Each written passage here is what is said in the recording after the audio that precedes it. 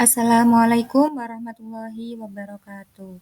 Halo, saya Eli Istiqomah, mahasiswa PBG Prajabatan Universitas Jember tahun 2024, program studi Pendidikan Guru Sekolah Dasar. Di sini saya akan mengkampanyekan praktik baik yang berjudul implementasi scaffolding pada ZPD atau Zone of Proximal dalam pembelajaran IPAS kelas 6C di SDN Sumbersari 3. Tugas ini disusun guna memenuhi ujian akhir semester mata kuliah Perspektif Sosiokultural dalam Pendidikan Indonesia.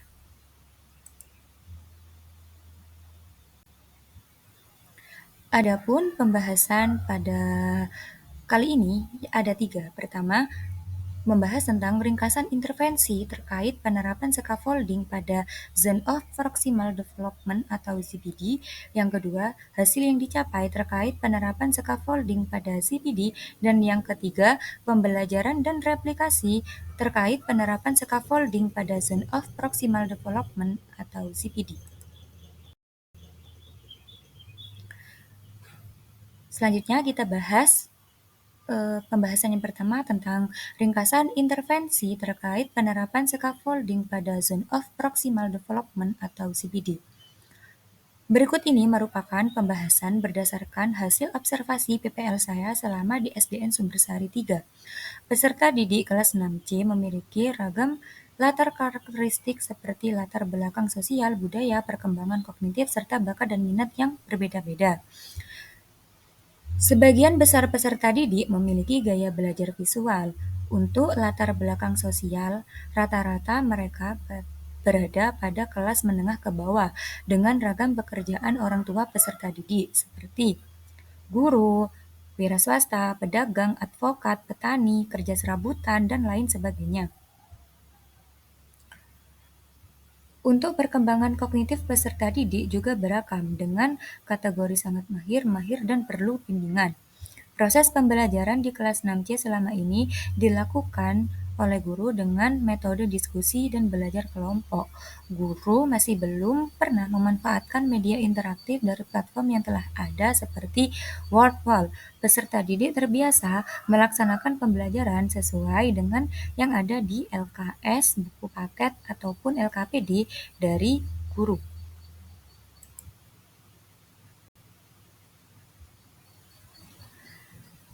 Sebelum masuk ke pembahasan yang lebih jauh, kita harus mengetahui konsep ZPD dan scaffolding terlebih dahulu.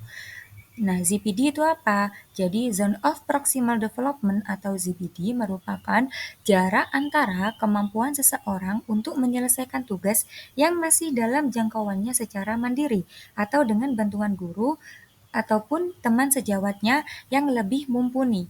ZPD merupakan konsep pembelajaran yang diperkenalkan oleh Vygotsky yang menekankan pada aspek sosial seperti kerja kelompok ataupun tutor sebaya dalam penerapan pembelajarannya. Nah, kemudian kalau scaffolding itu apa? Scaffolding merupakan suatu teknik pembelajaran dengan pemberian bantuan kepada siswa melalui tahap-tahap pembelajaran dan mengurangi bantuan tersebut, kemudian memberikan kesempatan kepada siswa untuk melanjutkan pengerjaannya. Bantuan yang diberikan oleh guru dapat berupa petunjuk, peringatan, dorongan menguraikan masalah ke dalam bentuk lain yang memungkinkan siswa dapat mandiri. Peran guru dalam teori Vygotsky adalah sebagai fasilitator dan pembimbing.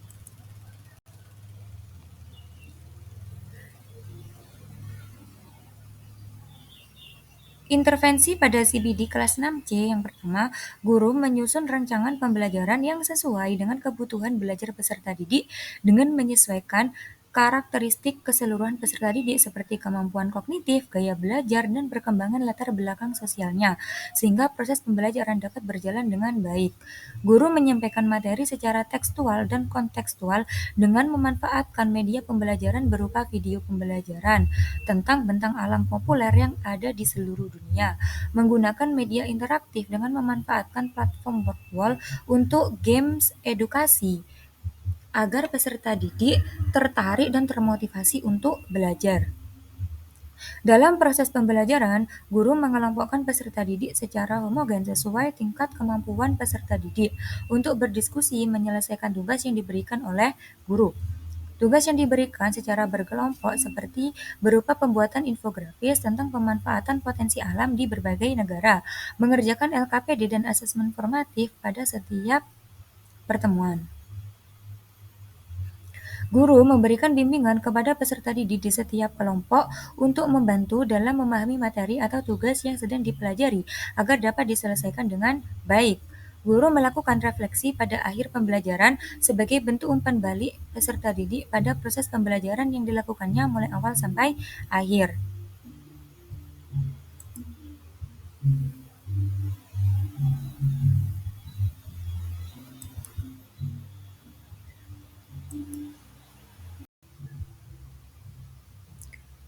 Pada pembelajaran sebelumnya dengan guru kelas, peserta didik belum pernah membuat infografis pembelajaran dengan games interaktif word wall, sehingga ini merupakan hal baru bagi mereka.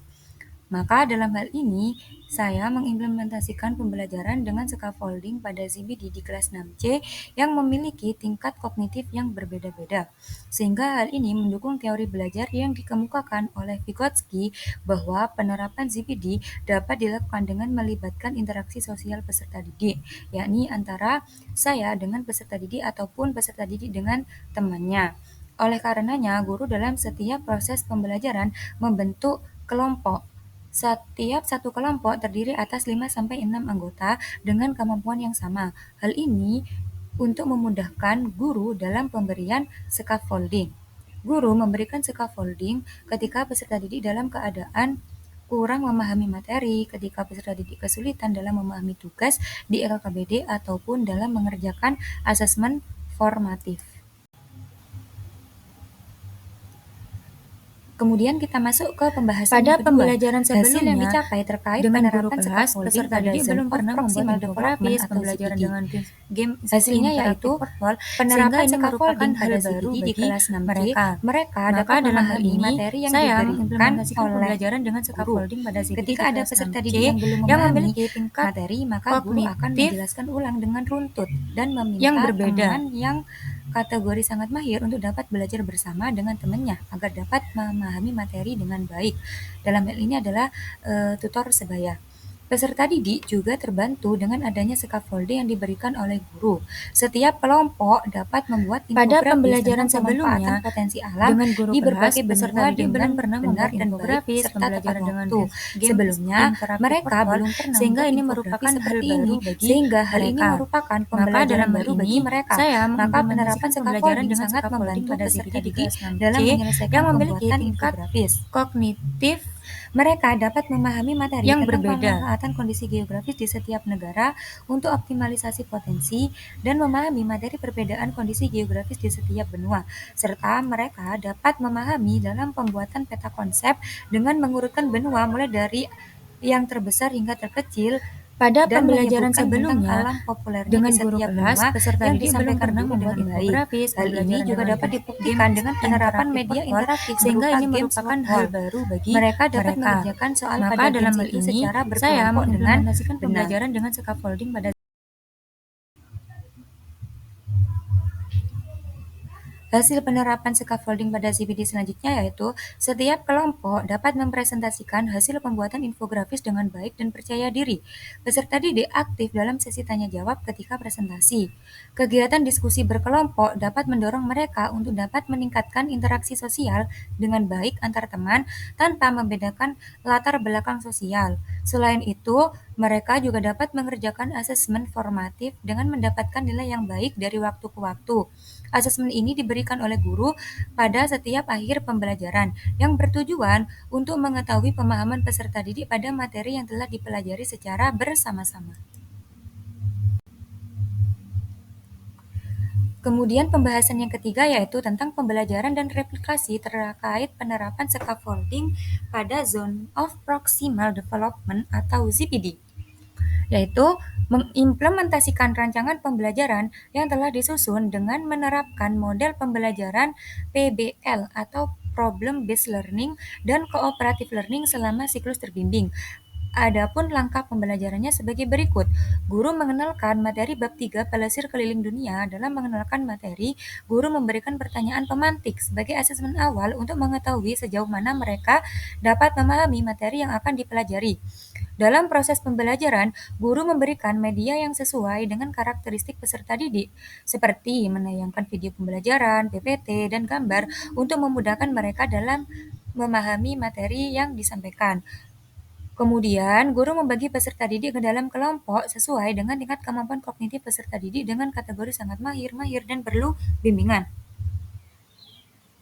Peserta didik diberi tugas pada LKPD untuk dikerjakan secara berkelompok dan diberikan asesmen formatif untuk dikerjakan secara individu.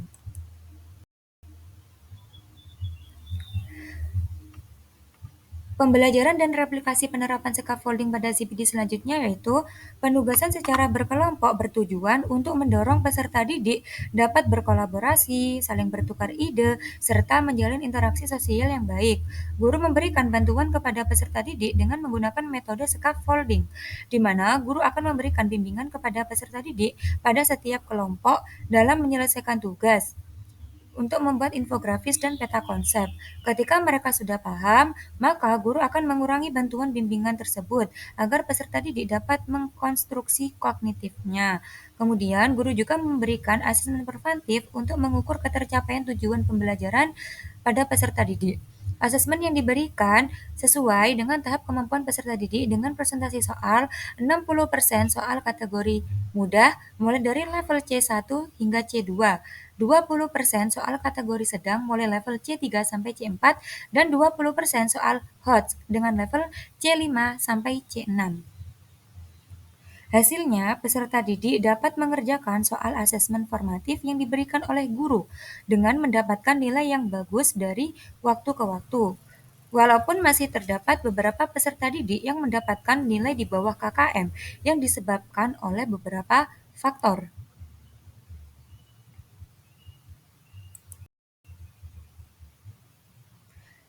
Beberapa faktor yang memungkinkan peserta didik mendapatkan nilai di bawah KKM yaitu karena mereka kurang memahami maksud isi pada bacaan yang ada pada soal.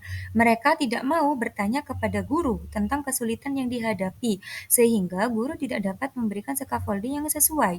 Walaupun sebenarnya guru telah meminta kepada siswa yang tidak paham agar dapat bertanya. Mereka menjawab tanpa didasari dengan teori yang telah diperoleh, sehingga hal ini memungkinkan mereka mendapatkan nilai di bawah KKM. Kemudian, pada akhir pembelajaran di setiap sesi pertemuan, guru selalu memberikan refleksi kepada peserta didik sebagai bentuk umpan balik terhadap proses pembelajaran yang telah dilalui bersama-sama. Dengan adanya refleksi, guru dapat mengetahui kelemahan dan kelebihan setiap peserta didiknya, sehingga hal ini akan menjadi evaluasi terhadap proses pembelajaran selanjutnya. Nah, kesimpulan pada pembahasan penerapan scaffolding pada CPD di kelas 6C pada SDN Sumbersari 3 ini, yaitu guru harus dapat memanfaatkan media pembelajaran dengan baik disesuaikan dengan kebutuhan belajar peserta didik, agar proses pembelajaran dengan menerapkan scaffolding pada CPD dapat berjalan dengan baik. Karena media juga bagian dari scaffolding. Adapun media pembelajaran yang telah diterapkan yaitu games word wall, video pembelajaran, serta gambar yang sesuai dengan materi bab 3 Pelesir Keliling Dunia. Kemudian disertai dengan metode pembelajaran yang sesuai agar penerapan scaffolding dapat optimal. Penerapan scaffolding pada CPD kelas 6C materi IPAS dengan menggunakan media interaktif dapat membantu peserta didik dalam memahami materi yang telah disampaikan oleh guru. Penugasan melalui LKPD secara berkelompok dapat mendukung pembelajaran dengan scaffolding pada ZPD. Dalam memberikan scaffolding, guru menyesuaikan dengan tahap kemampuan peserta didik, karena setiap peserta didik tentunya memiliki kesulitan belajar yang berbeda-beda. Dengan menerapkan scaffolding sesuai pada zone of proximal development, guru dapat membantu peserta didik dalam mengatasi kesulitan belajarnya, sehingga mereka dapat menyelesaikan tugas yang diberikan dengan optimal. Guru perlu memberikan asesmen formatif, refleksi, kepada peserta didik sebagai bentuk umpan balik terhadap proses pembelajaran yang telah dilalui bersama-sama. Hal ini berguna sebagai evaluasi dan untuk perbaikan pada proses pembelajaran agar peserta didik dapat mencapai tujuan pembelajaran dengan maksimal. Refleksi ini merupakan bagian dari scaffolding yang diberikan oleh guru, sehingga para pendidik perlu melakukan hal ini untuk mengetahui kekuatan dan kelemahan peserta didik. Demikianlah tadi kampanye praktik baik yang telah saya paparkan tentang implementasi scaffolding pada ZPD. Sekian dan terima kasih. Wassalamualaikum warahmatullahi wabarakatuh.